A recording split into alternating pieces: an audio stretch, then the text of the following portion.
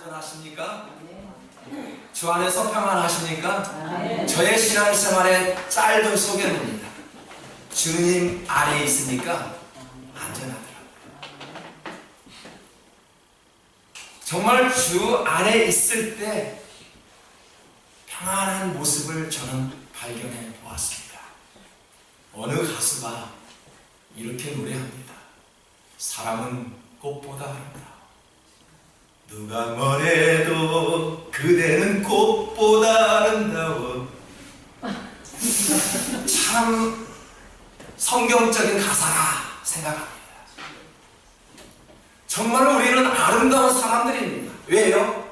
하나님의 형상으로 지음받았기 때문에 아름다운 것이죠. 아멘. 그런데 말입니다, 귀신보다 더 무서운 것이 사람이래요. 왜 그럴까요? 하나님의 형상대로 지은 우리가 왜 귀신보다 더 무서울까요? 왜 짐승보다 더 무서울까요? 참으로 이 세대는 사람들로 인하여 악해졌다는 이야기죠. 왜 우리가 그렇게 무섭게 변해버렸습니까? 악인들이 오히려 잘 먹고 잘 사는 것을 보고 우리는 부러워합니다. 그럴 때마다 하나님의 신실하심을 우리는 의심하기도 하죠. 나보다 믿음이 없는 저 사람이 왜 나보다 괜찮게 살아야 할까? 기도하지 않는 저 사람이 왜 나보다 잘 될까? 왜 예배하지 않는데도 저 사람이 형통하게 살까? 라는 생각 때문에 우리는 때로는 낙심하기도 합니다.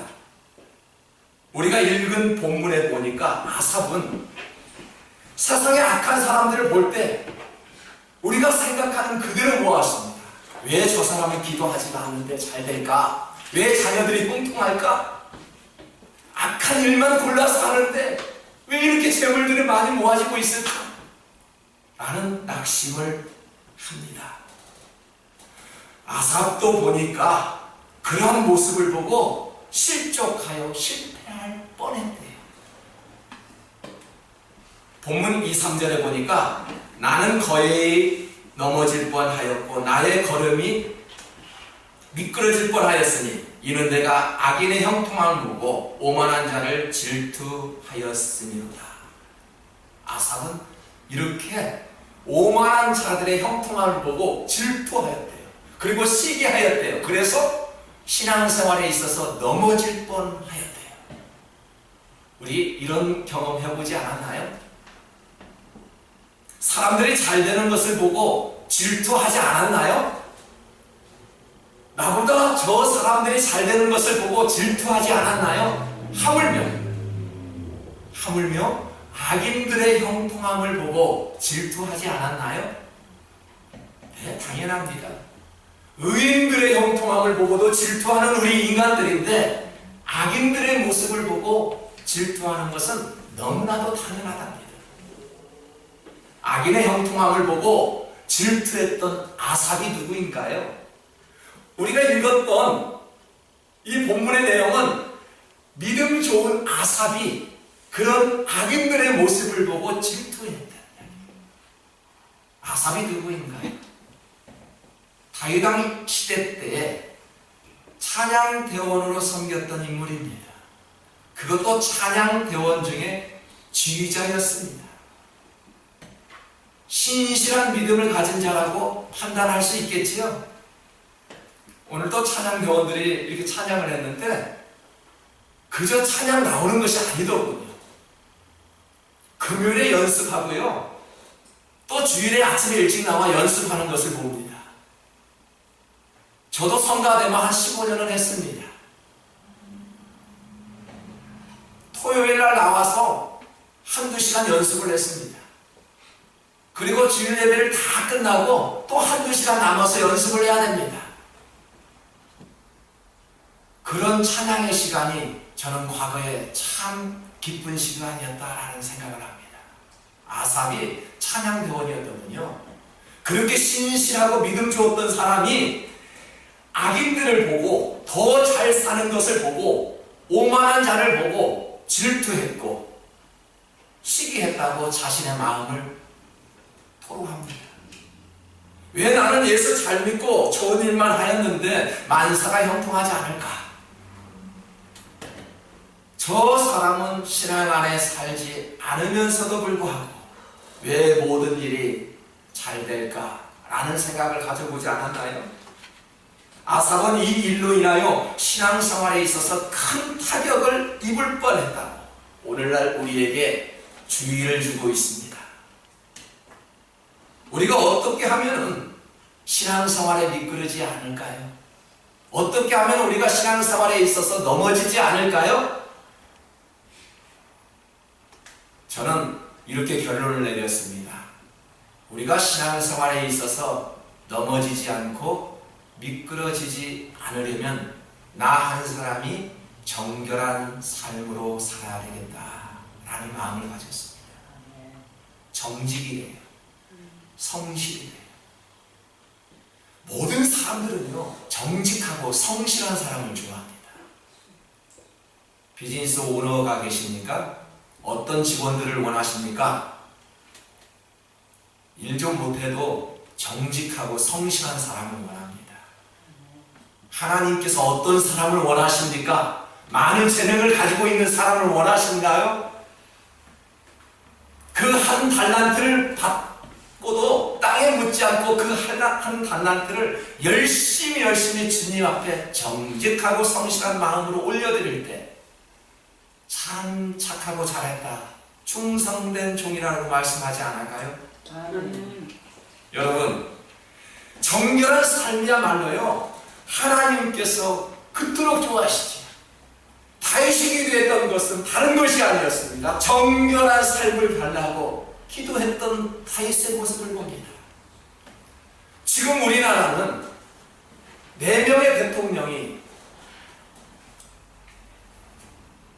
동시에 수감되었지요. 지난주에 보니까 2명의 대통령이 지금 감옥 생활을 하고 있더군요. 정말 부끄러운 일입니다. 외국인들을 만나면 당신의 나라들은 도대체 왜 그러냐고 안 묻나요? 저는 깜짝 놀랐어요. 왜 우리의 지도자들이 그런 모습을 보일까? 참 세계적으로 부끄럽습니다. 왜 그럴까요? 물질의 탐욕이 있죠. 두 번째는 권력 남용이지요. 다른 거 볼 것이 없습니다. 돈과 명예예요. 결국은 무릎을 꿇고 그들은 추락하고 맙니다. 여러분, 장사가 되지 않아도 저울은 속이지 마십시오. 둥이 되지 않아도 끝까지 주님만을 신뢰해야 합니다. 둥 되기 위해서, 장사 잘 되기 위해서 세상적인 것을 동원하시면 아니 됩니다. 분명히 그것은 들통이 나게 되어 있습니다. 이처럼 말입니다. 정결한 삶은요, 고난이 따릅니다. 모범 운전자는 빨리 달리는 운전자가 아닙니다. 모범 운전자는 승객을 안전하고 편안하게 모시는 운전자를 우리는 모범 운전자라고 이야기합니다. 우리의 안전을 지켜주는 것은 어떠한 성공이 아닙니다. 우리의 안전을 지켜주는 것은 성공이 아니라 바로 정결한 삶이 되는 것입니다. 본문 1절에 보니까 하나님은 참으로 이스라엘 중 마음이 정결한 자에게 선을 행하신다라고 이야기해요. 누구에게 하나님께서 시선을 주시겠습니까? 정결한 자가 아닐까요? 아삽은 이러한 정결한 자에게 선을 행하신다는 그런 마음을 알고 아삽은 글을 써 내려갑니다. 정결한 자에게 선을 행하시는 분이 하나님이심을 정확하게 알고 있는 아삽이었습니다. 그럼에도 불구하고 악인의 형통함을 보고 넘어질 뻔했다고 고백합니다. 정결한 삶을 한번 살아보십시오. 믿음 생활을 열심히 해보십시오. 기도 생활을 한번 열심히 해보십시오. 반드시 그들에게는 고난이 옵니다. 성경에서는 고난이 유익이라고 말씀합니다. 도저히 이해할 수 없는 말씀을 하고 있죠. 구원받고 천국 시민권자로 살아가는 성도들은 이 고난을 피할 수가 없습니다. 한층 더 나아가 고난 속에서도 정결한 삶을 요구하고요, 거룩한 삶을 요구합니다. 고난 주간에만 정결한 삶을 살아가야 한다고요? 우리의 신앙인들은 전통적으로 그렇게 의식하며 살아갑니다.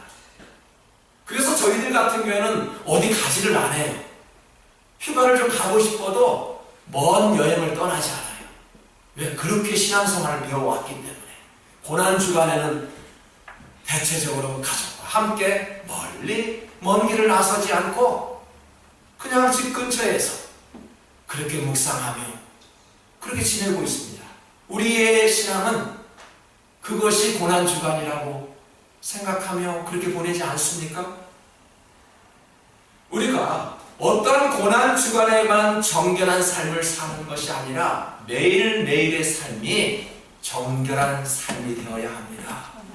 무엇으로 인해 우리가 정결하고 거룩한 생활을 할 수 있을까요? 생각해 보세요. 무엇으로 인해서 이 마음이 정결하고 깨끗해질 수 있을까요? 저는 예배라고 생각합니다. 아멘. 오늘 참 잡으셨습니다. 이 예배를 통해서 우리의 삶이 정결해진대요. 무엇으로 정결해진다고요? 예배예요. 예배만큼 정결케 하는 요소가 있다면 무엇일까요? 없습니다. 내 여기를 보니까 제사를 통해서 예배를 드림으로 거룩하게 된대요. 제사를 통해서. 그리고 제사장을 통해서 예배를 드림으로 거룩하게 된대요. 내위기가 하는 말씀 아닙니까? 예배는 준비한 것은 하나님 앞에 드리는 것이죠. 예배는 말씀을 듣는 것입니다. 그리고 하나님 말씀을 듣고 스스로 응답하는 것이죠. 여러분, 말씀은 들음으로부터 끝나는 것은 아닙니다. 말씀을 듣고 행동해야 되지요. 그게 말씀이란 말이에요. 그리고 말씀을 듣고 반드시 응답해야 합니다. 그것이 바로 예배의 시작이요, 예배의 끝이 되는 것입니다. 예배하는 사람들처럼 아름다운 모습 보았을까요? 찬양하는 사람들의 모습처럼 아름다운 사람을 보았나요? 이 세상에서 가장 아름다운 손은 기도하는 손이래요. 기도하는 손처럼 아름다운 손을 보셨나요? 정결한 삶은 예배를 통해 주어집니다. 주일 성수를 못하시는 분들, 그 현장에서 예배를 드려야 합니다. 저는 지난 과거에 신혼 때였습니다. 아내가 반주로 섬기고 있을 때 아내를 설득하기가 상당히 어려웠습니다. 주일 한번 빠지고 휴가 한번 가는 것이 뭐가 문제냐고 충분하게 목사님께 말씀드리고 귀한 휴가를 받아서 아내를 설득해서 강원도 어느 계곡에 여행을 떠났던 기억이 납니다. 벌써 25년 전입니다. 강원도에 떠났는데 시골에 어느 한 교회가 있었습니다. 저 교회를 가자 하고 교회에 들어갔더니 한 10명 정도 성도님들이 앉아 계시더군요. 찬양 대원들을 보니까 3명이 찬양을 하고 있는데 지휘자도 없었습니다. 피아노 한 대가 옆에 누워 있는데요, 3명 중에 1명이 한 음을 띵 하고 눌러주더라고요. 계속 피아노 연주를 할 줄 알았더니 첫 음만 띵 하고 눌러주면서 다시 나와 3분이 찬양하는 모습을 보았습니다. 저는 그 찬송의 소리를 지금도 잊지 못합니다. 최고의 아름다운 소리를 저는 잊지를 못합니다. 여러분, 예배에 참여하지 못하면 그 현장에서 예배를 드려야 합니다. 등록 교인이라면 예배에 참여하지 못했다라면 반드시 지난주에 우리 교회에서 어떤 말씀이 선포됐고 어떤 광고가 나갔는지 반드시 살펴봐야 합니다. 그래야만이 교회 생활을 잘 할 수 있습니다. 이것이 우리의 신앙관이죠. 사람들이 가장 지키기 어려운 것이 있다면 약속이에요. 저도 늘 약속을 지키며 사는 사람이 아니라 늘 깨며 사는 사람입니다. 많은 약속을 저는 어기기도 하지요. 자녀들에게도 약속한 것, 아내에게 약속한 것도 수십 번씩 지키지 못하고 깨며 생활을 하게 됩니다. 여러분들은 약속을 잘 지키는 분들인가요? 아마도 큰 약속은 그래도 잘 지키는 편이지만 모든 사람들은 작은 약속들은 스스로 깨며 살아갑니다. 성경에서 가장 먼저 약속을 깬 사람이 누구일까요? 아담과 하와였습니다. 선악과를 먹지 말라고 했는데 먹었습니다. 반드시 먹으면 청명 죽으리라 라고 했는데도 불구하고 먹었습니다. 하나님 말씀은 죽는다라고 말씀하였지만 그들은 죽지 않았습니다. 죽지 않았습니다. 약속 한 번 지키지 않았다고, 주일 한 번 빠졌다고 우리가 구원을 못 받는 것도 아닙니다. 그 무서운 말씀을 어겼던 아담과 화도 선악과를 먹음으로써 절대 죽지 않았습니다. 그 대신 그 결과 뱀을 저주하여 뱀은 배로 기어다니게 하고 여자와 원수가 되게 하였습니다. 여자는 임신에 고통을 주었습니다. 남자에게는 평생 동안 땀을 흘리지 않으면 양식을 구하지 못하게 하였습니다. 그 가벼운 약속 하나 어겼더니 인간은 이처럼 우리는 죄인이 되고 말았습니다. 약속을 지키지 못한 이유가 무엇일까요? 왜 약속을 못 지킬까요? 그것 때문이 아닙니까? 여러분, 그것 때문에 약속을 못 지킵니다. 여러분에게 있는 그것이 무엇일까요?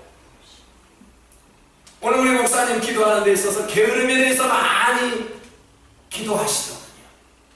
그 게으름 때문에 신앙생활에 방해가 됩니까? 그 잠 때문에, 그것 때문에 우리는 큰 일을 하지 못하는 경우가 너무나도 많습니다.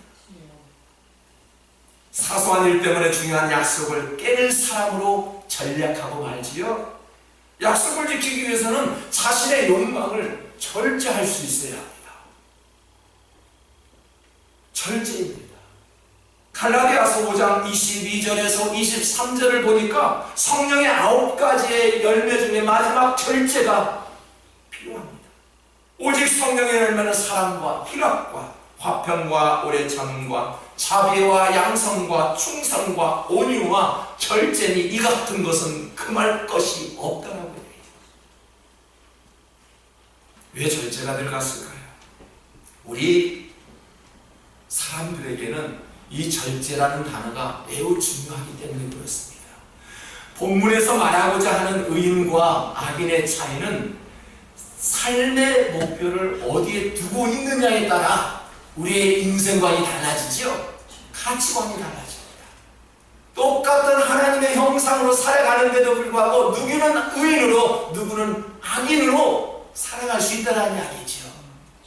어떻게 생각하느냐에 따라, 무슨 목표를 두고 있느냐에 따라 우리의 가치관은 완전히 다르게 살아갑니다. 악인은 세상의 이익과 형통함을 누리기 위해 절제하는 법이 없습니다. 그들은 거짓말과 속임수와 악한 말로 서슴지 않게 우리를 향해 달려오게 됩니다. 그러나 의인은요, 세상 가운데 살면서 정결한 삶을 위해서 고난을 피하지 아니하고 우리는 절제라는 단어를 마음속에 생각하며 우리는 하루하루를 살아가고 있지요. 정결하고 거룩한 삶을 위해서 절제하고 포기하고 있다라는 것이 무엇일까요? 절제를 위해서 무엇을 포기해야 되는데 포기하는 것이 혹시 있나요? 우리는 거룩이라고 말을 하면 거룩이 무엇일까요? 거룩은 구별되다 라는 뜻을 가지고 있습니다. 세상과 같으면 구별이 아니지요. 세상과 우리는 똑같이 살아갈 수 없습니다. 믿는다고 하면서 믿지 않는 사람들과 똑같이 생활하면 거룩한 생활이라고 말할 수 없습니다.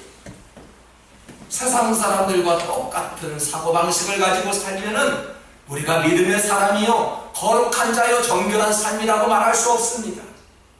세상을 따르는 것을 우리는 세속이라고 이야기하고 하나님을 믿고 따르는 것을 거룩이라고 이야기합니다. 아멘. 우리는 세속적이어지면 안 됩니다. 아멘. 거룩해야 되지요. 거룩하기 위해서는 세속이 아니라 하나님의 구속을 받아야 되겠지요. 아멘. 구속 안에서는 자유가 있대요. 흔히 우리는 구속받으면은 억누름을 당하고 갇혀있다라고 생각을 합니다. 하지만 하나님의 구속 안에 살면은 그것이 바로 자유라고 말씀합니다. 아멘. 세상과 구별되는 삶의 방식은 달라도 많이 달라야 합니다. 포기해야 합니다. 손에 있는 것을 놓을 줄 알아야 합니다. 정말로 이것이 이 길이 이것을 놓아버리면 마치 아무것도 할 수 없고 죽는 것 같지만 그것을 하나님께서 놓으라고 이야기합니다. 그러면 내가 함께 하겠다라고 말씀합니다. 우리는 그 어떠한 것을 좀 놓을 줄 알아야 합니다. 그래서 하나님께 가까이 올 줄 알아야 합니다. 하나님을 따라가고 싶은데 잘 안 되는 이유가 무엇일까요? 자기가 모든 것들을 할 수 있지만은 나 자신을 스스로 포기할 때 하나님께서 견인처럼 차가 고장이 나면은 견인차가 와서 끌어당겨주는 것처럼 나를 포기할 때 하나님께서 끌어주신대요. 이것을 우리는 보상이라고 이야기하죠. 인간의 성공 요소는 깨달음에 있대요. 신앙생활도 깨달음에 있습니다. 깨달을 때 세속이 무엇이고 거룩함이 무엇인지를 알게 된다는 말씀합니다. 사람들 앞에 한번 친절해 보십시오. 기도하는 목소리를 들으니까 아브라함은 살찐 송아지를 잡아 섬겼다고 그렇게 기도를 하시더군요. 네, 여러분 잘 한번 섬겨보십시오. 반드시 보상이 따릅니다. 아브라함도 천사들에게 살찐 송아지를 잡아 섬겼더니 보상을 받았던 분들이죠. 우리가 하나님 말씀 때문에 깨달은 자는요 반드시 보상이 따릅니다. 찬양의 삶을 살았던 아삽이 그랬습니다. 17절에 보니까 하나님의 성소에 들어갈 때에야 그들의 종말을 내가 깨달았나이다. 아삽이 세상을 바라볼 때 악인들의 신세가 편안하고 제사는 날로 늘어갈 때 시기와 질투를 하였다고 미끄러지고 넘어질 뻔하였다라고 말씀하였습니다. 나도 그렇게 해야지 했다면 실족했을 뻔했다고 아삽은 그렇게 고백합니다. 그런데 성전에 돌아왔을 때 비로소 그 악인들의 결말을 깨달았다는 것입니다. 어떻게 깨달았을까요? 27절과 28절을 보겠습니다. 무릇 주를 멀리하는 자는 망하리니 하나님께 가까이 함이 내게 복이라. 그렇게 말씀합니다.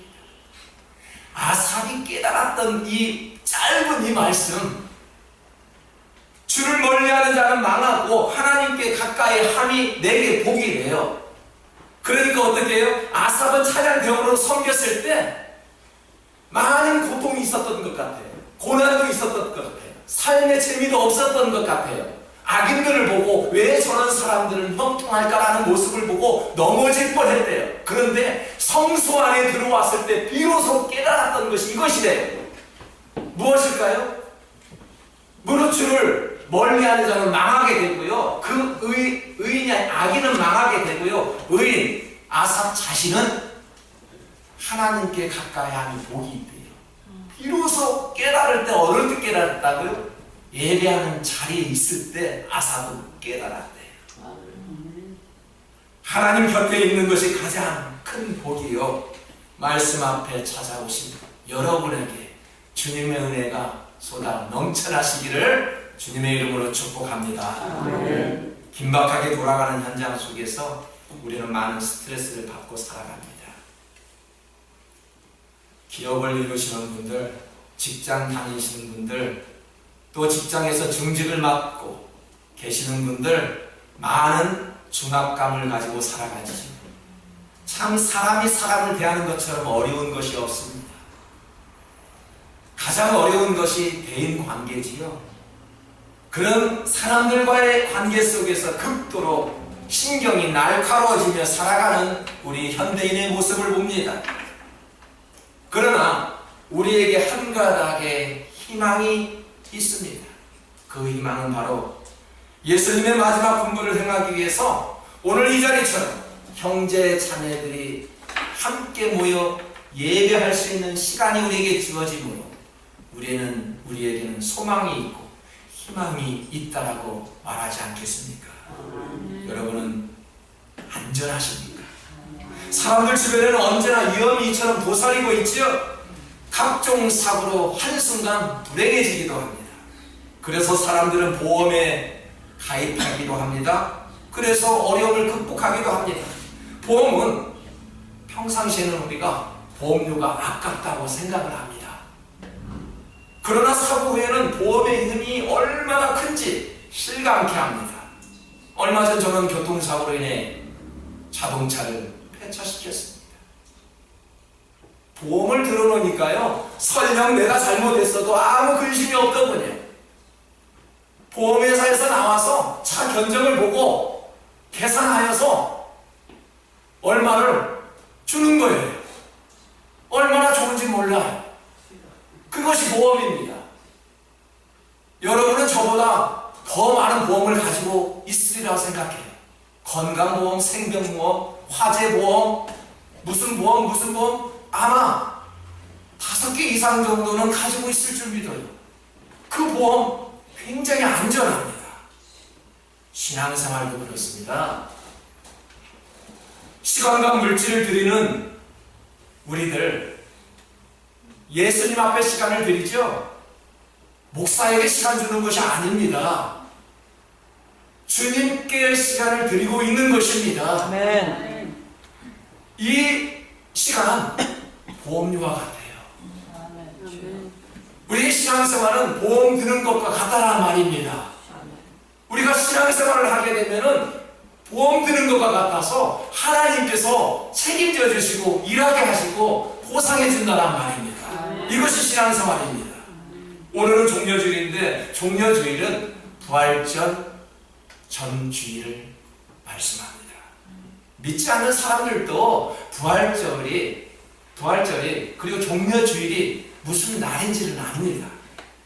하나님을 믿는 우리에게 최고의 보상이 무엇일까요? 우리가 하나님을 믿음으로 최고의 보상은 주님께서 이 땅에 오셨고 주님께서 인간들을 위해서 십자가를 지셨고 주님께서 십자가에서 고난을 받아 무덤에 들어가 다시 부활하신 예수님을 믿는 것, 이것이 최고의 보상 아닐까요? 하나님의 자녀가 되었다는 것처럼 큰 보상이 어디에 있을까요? 사랑하는 성도 여러분, 가장 안전한 길은 포장도로가 아닙니다. 넓은 고속도로가 아닙니다. 가장 안전한 길은 주님께서 걸어가신 그 좁은 길입니다. 아멘. 십자가의 길입니다. 그래서 우리는 그 길을 따라가고자 오늘 이 자리에 나오지 않았습니까? 뭔가 가치를 얻고자 고난도 유일이라며 주님을 따라가고자 참된 제자가 되기를 원하는 마음으로 오늘 이 길을 선택하였습니다. 이 교회를 선택하였습니다. 예수를 믿으면 안전한 길을 걷고 있는 것 같습니다. 하나님과 가까이 하면 할수록 개인에게는 복이요, 가정의 복이요, 기업의 복이요, 이 나라의 복이 될 줄 믿습니다. 사랑하는 성도 여러분, 안전한 길을 가시기를 원하신다라면 말씀과 가까이 살아야 합니다. 자녀들이 형통하기를 원하십니까? 하나님의 말씀을 가르쳐야 합니다. 우리가 주의 길을 갈 때 안전한 길이요, 멸망하지 않는 길이요, 부활하신 예수님을 믿음으로 안전한 인생길을 걷는 저와 여러분 되시기를 주님의 이름으로 축복합니다.